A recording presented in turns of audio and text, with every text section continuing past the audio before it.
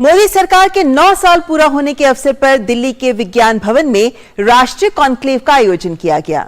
9 साल सेवा, सुशासन और गरीब कल्याण, इस विषय पर आयोजित कॉन्क्लेव में केंद्रीय सूचना एवं प्रसारण मंत्री अनुराग सिंह ठाकुर, वित्त मंत्री निर्मला सीतारमण, रेल मंत्री अश्विनी वैष्णव और सूचना एवं प्रसारण सचिव अपूर्व चंद्र समेत कई जानी मानी हस्तियों ने हिस्सा लिया। केंद्रीय वित्त मंत्री निर्मला सीतारमण ने कहा है कि पीएम मोदी के नेतृत्व में सरकार के 9 सालों के दौरान लोगों की मानसिकता में बदलाव आया है।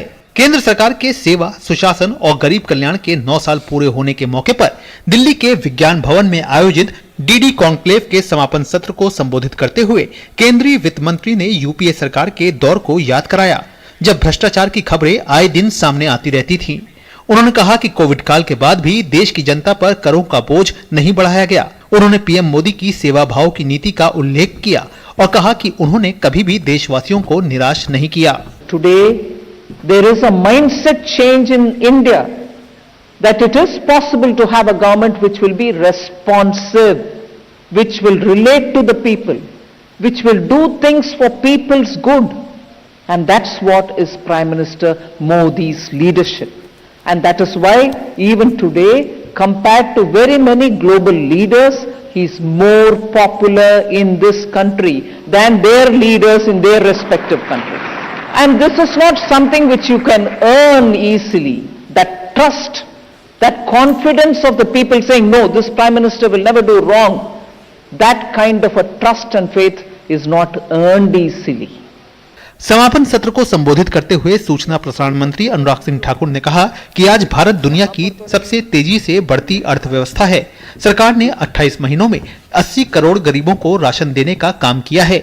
उन्होंने कहा कि आज दुनिया भर के लोगों को भारत में उम्मीदें नजर आती हैं। उन्होंने कहा कि पीएम मोदी के नेतृत्व में देश का मान विदेशों में बढ़ा है। नरेंद्र मोदी जी दुनिया के किसी भी देश में गए, भारत का मान सम्मान लगातार बढ़ा है। लेकिन अभी की G7 की मीटिंग हो या फिर ऑस्ट्रेलिया का दौरा हो या बाकी अन्य देशों के राष्ट्रपति और प्रधानमंत्री से मिलने का अवसर हो, क्या क्या नहीं कहते दुनिया के लोग। इटली के प्रधानमंत्री ने क्या कहा, मोदी जी के बारे में कहा कि Modi ji is the most loved leader among the world leaders. दूसरा, रशियन प्रेसिडेंट ने क्या कहा, he is a great patriot Modi ji के बारे में। कईयों ने तो ऑटोग्राफ तक लेने की बात कह दी और कईयों ने पांव छूकर गले लगा लिया, अभिनंदन किया, और कईयों ने तो कह दिया PM Modi is the boss. इससे पहले केंद्रीय मंत्री अश्विनी वैष्णव ने सुबह कॉन्क्लेव का उद्घाटन किया।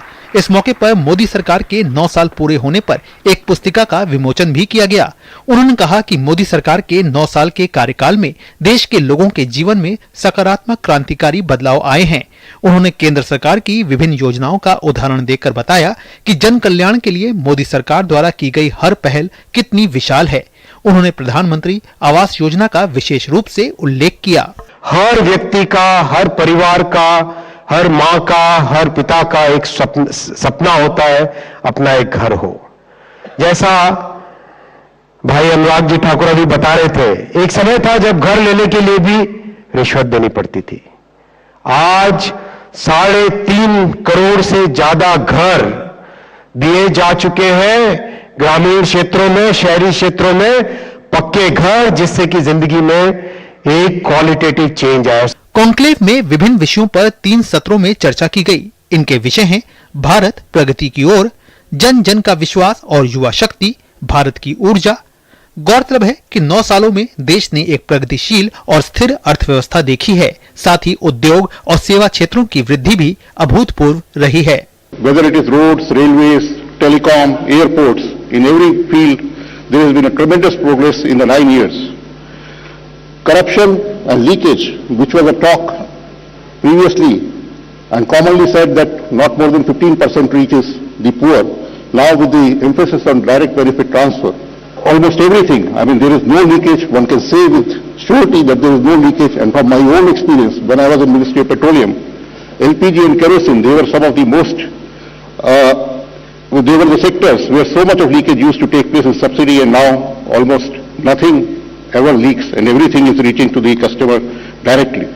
देश की जानी मानी हस्तियों ने भी कॉन्क्लेव में विभिन्न सत्रों के दौरान अपने विचारों को रखा। उन्होंने 9 सालों के शासन के दौरान भारत में आए बदलावों पर खुशी व्यक्त की। मैं जब अपने गांव में जाता हूं तो लोगों के घर भी बन रहे हैं, मेरे आस पड़ोस में लोगों के घर बन रहे हैं, तो और काफी फैसिलिटीज उनको मुहैया कराई जा रही है। देश की जो अभी 7.5% so that we can get to a developed country faster than 2047.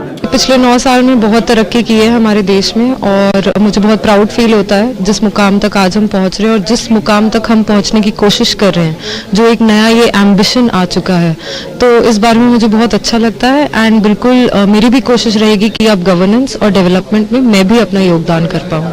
UNICEF and the UN are proud to have been working in India for the last 70 plus years. And so we're a wonderful opportunity to build on the work that we've done with the government of India. We're very pleased that working on things like education. Over the years, we've increased with the government of India access to education. And in recent years, and we're seeing it in the G20, the government of India is investing in things like foundational learning and numeracy, and that's a foundation for all children. वक्ताओं ने बताया कि सरकार ने पिछले 9 वर्षों में जन कल्याण के कई उपाय किए हैं। सरकार ने गरीबों को 3.5 करोड़ पक्के मकान उपलब्ध कराए हैं, जिससे सरकार की प्रतिबद्धता का पता चलता है। उन्होंने कहा कि पिछली सरकार में भ्रष्टाचार का बोलबाला था, लेकिन अब शासन में पारदर्शिता और जवाबदेही देखी जा सकती है। उन्होंने कहा कि प्रधानमंत्री नरेंद्र मोदी के दूरदर्शी नेतृत्व के कारण हाल के वर्षों में विश्व मंच पर भारत का कद बढ़ा है। ब्यूरो इनपुट के साथ शैलेंद्र मिश्र, तापस भट्टाचार्य, गिरीश निशाना और अजय मिश्रा की रिपोर्ट, डीडी न्यूज। तो सेवा, सुशासन और गरीब कल्याण, यही है मंत्र केंद्र सरकार का, जिसके साथ 9 साल पूरे किए गए हैं। आइए आपके सामने कुछ आंकड़े रखते हुए ये तस्वीर रखते हैं कि आखिर कैसे इस मंत्र को परिभाषित किया है सरकार ने। उदाहरण के तौर पर कुछ योजनाएं आपके सामने